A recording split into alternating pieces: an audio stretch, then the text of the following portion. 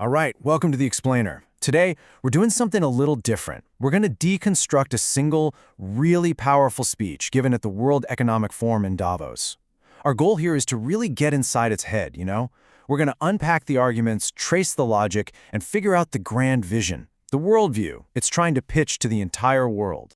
You see, this speech we're looking at, it's not just a list of, look what we did. Oh no, it's way more ambitious than that.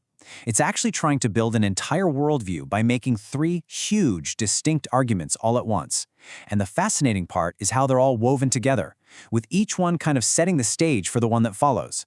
So to really get a handle on the logic here, we're going to break this down using that same three-part structure. Think of it like a three-act play. First, it lays out this big economic case. Then it uses that foundation to challenge the whole political status quo. And finally, it takes that newfound power and puts it to work on the world stage. Okay, let's get into it.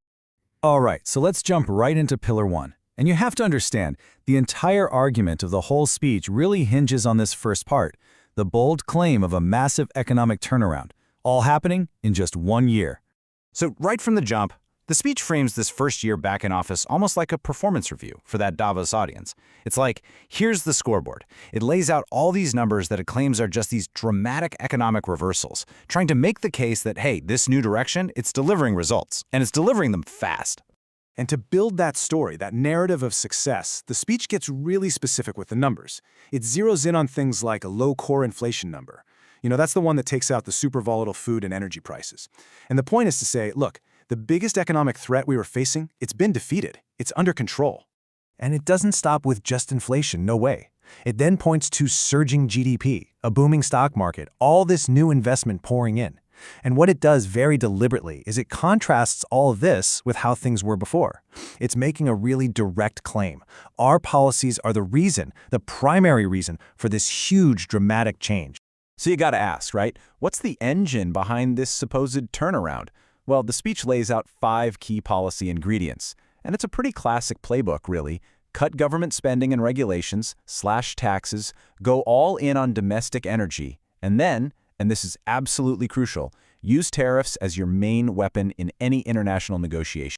Now, a really central argument here is this idea that energy policy is destiny. The speech pushes for what it calls energy abundance. So you've got fossil fuels driving things right now, you've got a big push to expand nuclear power as another pillar. And all of this is done with an eye on the future, specifically the absolutely massive energy needs of technologies like AI.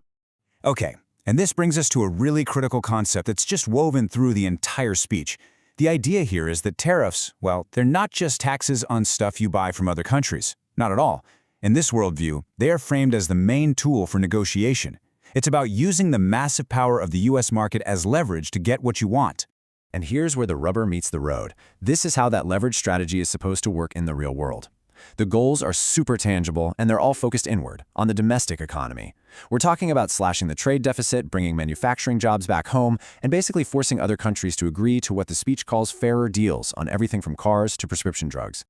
All right, so let's move on to the second pillar, and you can really see how this all starts to build, because now that the speech has laid out its economic argument, it pivots. It goes from talking just about policy to making a direct ideological challenge to what it calls the old Western model.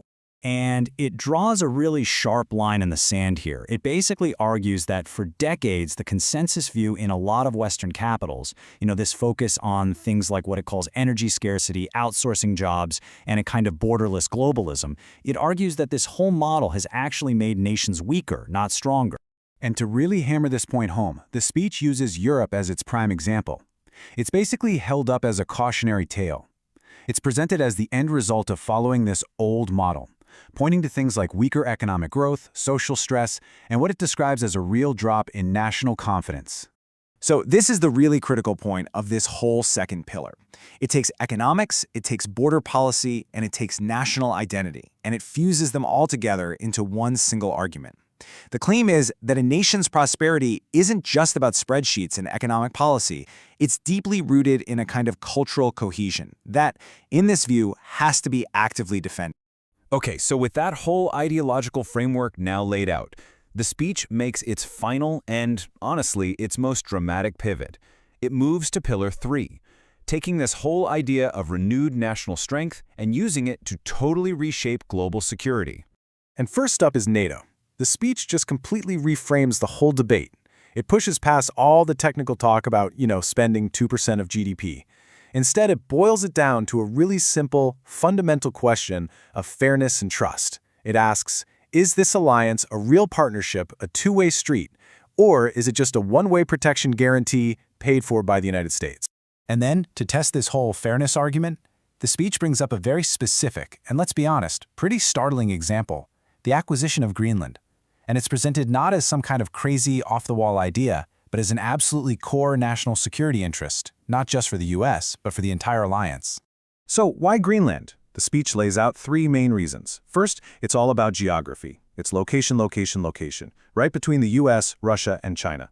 Second, it's seen as the essential platform, the perfect spot to anchor a future missile defense system. And third, it's framed as a symbolic test, a test of whether an ally is willing to actually step up and reciprocate after decades of American protection. And to make this idea less abstract, the speech actually gives this proposed defense system a name, a very memorable one, the Golden Dome. It's pitched as this massive missile defense shield that would protect the US, Canada, and our allies. And Greenland? Greenland is the indispensable keystone holding the whole thing up. The final piece of the security puzzle in this speech is Ukraine. It calls the conflict a bloodbath and makes a humanitarian case for ending it, but it also ties it right back to that recurring theme of burden sharing. The argument is that Europe is right there, on the doorstep of the conflict, and therefore it needs to be doing more, bearing a much greater share of the cost.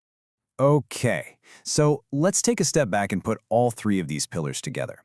You've got the economic comeback, the ideological challenge to the West, and this big security realignment. So what's the big picture? What's the coherent worldview that's being laid out for everyone at Davos?